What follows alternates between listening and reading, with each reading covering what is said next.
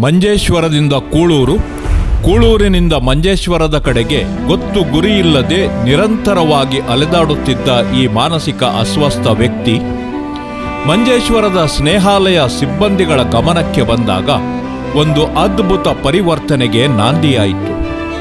ನಿರಂತರ ಕಾಳಜಿ, ಚಿಕಿತ್ಸೆ ಹಾಗೂ ಒಡನಾಟದಿಂದ ಸಹಜ ಸ್ಥಿತಿಗೆ ಮರಳಿದ ಇವರು ಇದೀಗ ತಮ್ಮ ಕುಟುಂಬದೊಂದಿಗೆ ಪುನರ್ಮಿಲನದ ಸಂತೋಷದಲ್ಲಿದ್ದು ಈ ಅದ್ಭುತ ಅಮೃತ ಗಳಿಗೆಗಾಗಿ ದೇವರಿಗೆ ಕೃತಜ್ಞತೆ ಸಲ್ಲಿಸುತ್ತಿದ್ದಾರೆ. ಎಲ್ಲರಿಗೂ ಶುಭ ಮುಂಜಾನೆಯ ನಮನಗಳನ್ನ ಅರ್ಪಿಸ್ತಾ ಇದ್ದೇನೆ. ಇವತ್ತು ನಾವು ಒಂದು ಜೊತೆಗೂಡಿದ್ದೇವೆ. ದೂರದ ಊರಿನಿಂದ ಬಂದವರ ನಮ್ಮ ಅತಿಥಿಗಳ ಜೊತೆಯಲ್ಲಿದ್ದೇವೆ. ಪ್ರತ್ಯೇಕವಾಗಿ ಇವತ್ತು ಕೂಡ ಒಂದು ಸಂತೋಷದ ಶುಭ ಸುದಿನ ಸ್ನೇಹಾಲಯದಲ್ಲಿ. ಯಾಕಂದರೆ ಏಪ್ರಿಲ್ 27ನೇ ತಾರೀಕು ಇದೇ ವರ್ಷ 2024ರಂದು ಮಂಗಳೂರು ಹೈವೇಯಲ್ಲಿ ಹಲವಾರು ವರ್ಷದಿಂದ ಅಲೆದಾಡುತ್ತಿದ್ದ, ಯಾಕಂದರೆ ನಾನೇ ನನ್ನ ಮಂಜೇಶ್ವರದಿಂದ ಮಂಗಳೂರು ಉಡುಪಿ ಭಾಗಕ್ಕೆ ಹೋಗುವಾಗ ಈ ವ್ಯಕ್ತಿಯು ಮಾರ್ಗದಲ್ಲಿ ನಡ್ಕೊಂಡು ಹೋಗ್ತಾಯಿದ್ರು, ಏನೋ ಚಿಂದಿ ಹೆಕ್ಕಿದಾಗೆ ಮಾಡ್ತಾಯಿದ್ರು. ಆದರೆ ನಾನು ಅಷ್ಟೊಂದು ಅವರನ್ನು ಇದು ಮಾಡಲಿಲ್ಲ, ಯಾಕಂದರೆ ಆ ಸಮಯದಲ್ಲಿ ಅವರು ಅಷ್ಟಾಗಿ ಮಾನಸಿಕ ಅಸ್ವಸ್ಥತೆಗೊಳಪಟ್ಟಿರಲಿಲ್ಲ. ಆದರೆ ಚಿಕ್ಕದಾದ ಒಂದು ಮಾನಸಿಕ ಅಸ್ವಸ್ಥತೆ ಇತ್ತು. ಒಂದು 2 ಸಾರಿ ನಾನು ಮಾತಾಡಿದ್ದೆ, ಸರಿಯಾದ ಅವರು ಉತ್ತರ ಕೊಟ್ಟಿರಲಿಲ್ಲ. ನಾನು ಹೀಗೆ ಕೆಲಸಕ್ಕಾಗಿ ಬಂದಿದ್ದೇನೆ ಅಂತ ಹೇಳ್ತಾಯಿದ್ರು.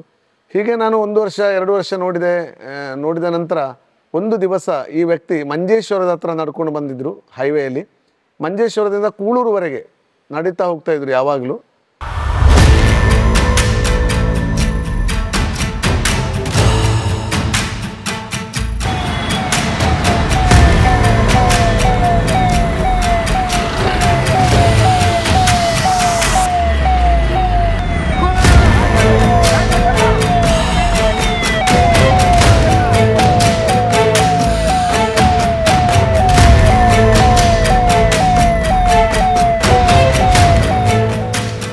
ಹೀಗೆ ಆ ವ್ಯಕ್ತಿಯನ್ನು ನಾವು ತಂದಾಗ ಅವರ ಹೆಸರು ಸರಿಯಾಗಿ ಅವರು ಹೇಳ್ತಾ ಇರಲಿಲ್ಲ. ನಾವು ಆಕಾಶ್ ಎಂಬುದಾಗಿ ಅವರಿಗೆ ಹೆಸರಿಟ್ಟೆವು. ತದನಂತರ ಸ್ನೇಹಾಲಯದಲ್ಲಿ ಅವರಿಗೆ ಚಿಕಿತ್ಸೆ ಪರಿಪಾಲನೆಯ ಒಂದು ಭಾಗವಾಗಿ ಅವರು ಚಿಕಿತ್ಸೆಗೆ ಸ್ಪಂದಿಸ್ತಿದ್ರು. ಆದರೂ ಅವರ ಮನೆಯ ವಿಳಾಸವನ್ನು ಪತ್ತೆ ಹಚ್ಚಲಿಕ್ಕೆ ಸಾಧ್ಯವಾಗಲಿಲ್ಲ.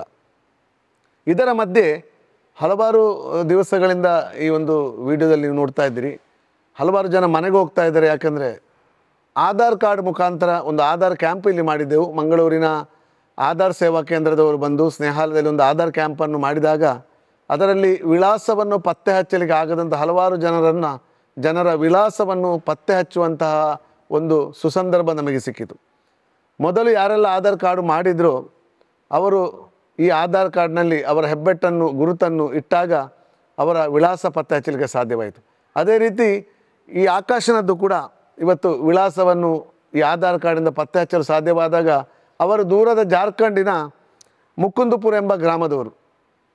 ಅಲ್ಲಿ ಅಲ್ಲಿಯ ಪೊಲೀಸ್ ಅಧಿಕಾರಿಗಳಿಗೆ ಮತ್ತು ಅಲ್ಲಿಯ ಸರ್ಪಂಚರವರಿಗೆ ನಾವು ಸಂಪರ್ಕಿಸಿದಾಗ ಅವರು ಅವರ ಮನೆಯನ್ನು ಸಂಪರ್ಕಿಸಿ ಇವತ್ತು ದೂರದ ಜಾರ್ಖಂಡಿನಿಂದ ಇವತ್ತು ಸ್ನೇಹಾಲಯಕ್ಕೆ ಕರ್ಕೊಂಡು ಹೋಗಲಿಕ್ಕೆ ಬಂದಿದ್ದಾರೆ. ಅವರ ಸಹೋದರ ಅರ್ಜುನ್ ಸಿಂಗ್ ಮತ್ತು ಪಂತೋಸ್ ಮತ್ತು ಸಾತಿ ಸಿಂಗ್ ಅಂತ 3 ಜನ ಇವತ್ತು ಅವರು ಕರ್ಕೊಂಡು ಹೋಗಲಿಕ್ಕೆ ಬಂದಿದ್ದಾರೆ. ಅವರು ಬಂದಾಗ ಅವರದ್ದು ಕೂಡ ಗುರುತು ಇಡಲಿಕ್ಕೆ ಅವರಿಗೆ ಆಗಲಿಲ್ಲ.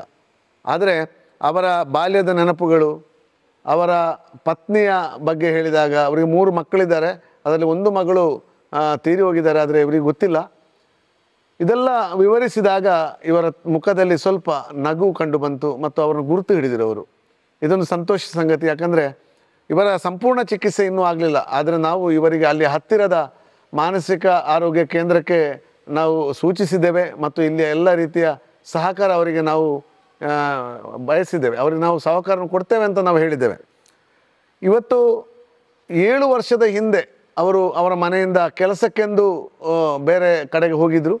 ಕೆಲಸಕ್ಕೆಂದು ಹೋದಾಗ ಆ ವ್ಯಕ್ತಿ ಹೋದ ನಂತರ ಈ ವ್ಯಕ್ತಿಯ ಒಂದೇ ಒಂದು ಸುಳಿವು ಇವರಿಗಿರಲಿಲ್ಲ. ಅಲ್ಲಿ ಪೊಲೀಸ್ ಕೇಸ್ ರಿಜಿಸ್ಟರ್ ಆಗಿದೆ, ಹಲವಾರು ಅವರು ಹರಕೆಗಳು ಪ್ರಾರ್ಥನೆಗಳು ಹೋಗ್ತಿದ್ದಾರೆ, ಆದರೆ ಯಾವುದರ ಫಲವೂ ಸಿಕ್ಕಿರಲಿಲ್ಲ. ಕೊನೆಯಲ್ಲಿ ಇವರ ಕಣ್ಣೀರಿನ ಪ್ರಾರ್ಥನೆ ಅಂತ ಹೇಳ್ಬೋದು. ಇವರ ಒರಿಜಿನಲ್ ಹೆಸರು ವಿಗಾನ್ ಸಿಂಗ್ ಅಂತ. ನಾವು ಇವತ್ತು ಈ ವಿಗಾನ್ ಸಿಂಗನ್ನು ಅವರ ಸಹೋದರರ ಜೊತೆ ಸಂತೋಷದಿಂದ ಮನೆಗೆ ಕಳಿಸಲಿಕ್ಕೆ ಉತ್ಸುಕರಾಗಿದ್ದೇವೆ ಮತ್ತು ಸಂತೋಷ ಪಡ್ತಾ ಇದ್ದೇವೆ. ಯಾಕಂದರೆ ಕಳೆದ 15 ವರ್ಷಗಳಲ್ಲಿ 1350ಕ್ಕಿಂತಲೂ ಹೆಚ್ಚು ಜನರನ್ನು ಅವರ ಸ್ವಂತ ಮನೆಗಳಿಗೆ ಸೇರಿಸುವಂಥ ಒಂದು ಭಾಗ್ಯ ದೇವರು ನಮಗೆ ಕೊಟ್ಟದಕ್ಕಾಗಿ ನಾವು ದೇವರನ್ನು ಕೃತಜ್ಞತೆ ಸಲ್ಲಿಸ್ತೇವೆ. ಜೊತೆಯಲ್ಲಿ ಇವರ ಈ ಮಾನಸಿಕ ಆರೋಗ್ಯದ ಕಾಳಜಿ ವಹಿಸಿ ಇವರ ಜೊತೆ ನಿರಂತರವಾಗಿ ಸೇವಾ ಕಾರ್ಯದಲ್ಲಿ ನಿರತರಾಗಿರುವ ನಮ್ಮೆಲ್ಲ ಸ್ನೇಹಾಲಯದ ಸಿಬ್ಬಂದಿ ವರ್ಗದವರಿಗೂ ಕೂಡ ಧನ್ಯವಾದ ಹೇಳುತ್ತಾ, ನಮ್ಮೆಲ್ಲ ಈ ಸೇವಾ ಕಾರ್ಯಗಳಿಗೆ ಸಹಕರಿಸುವ ಸರ್ವ ನಮ್ಮ ದಾನಿಗಳಿಗೆ ಮಗದೊಮ್ಮೆ ಸರ್ವಶಕ್ತನು ಹೇರಳವಾಗಿ ಆಶೀರ್ವದಿಸಲಿ ಎಂಬುದಾಗಿ ಹೇಳುತ್ತಾ, ಸರ್ವರಿಗೂ ಸರ್ವೇ ಜನ ಸುಖಿನೋ ಭವಂತು. हाँ, मेरा नाम शक्ति सिंह है और जो गुम हुए थे उन बिगन सिंह का मैं बहन का लड़का हूँ और हम लोग झारखंड के गढ़वा डिस्ट्रिक्ट से यहाँ आए हुए हैं। इन्हें लगभग गुम हुए 7 साल हो गया। हम लोग पूरा इनको खोजने का प्रयास किया लेकिन कहीं मिले नहीं हम लोगों को।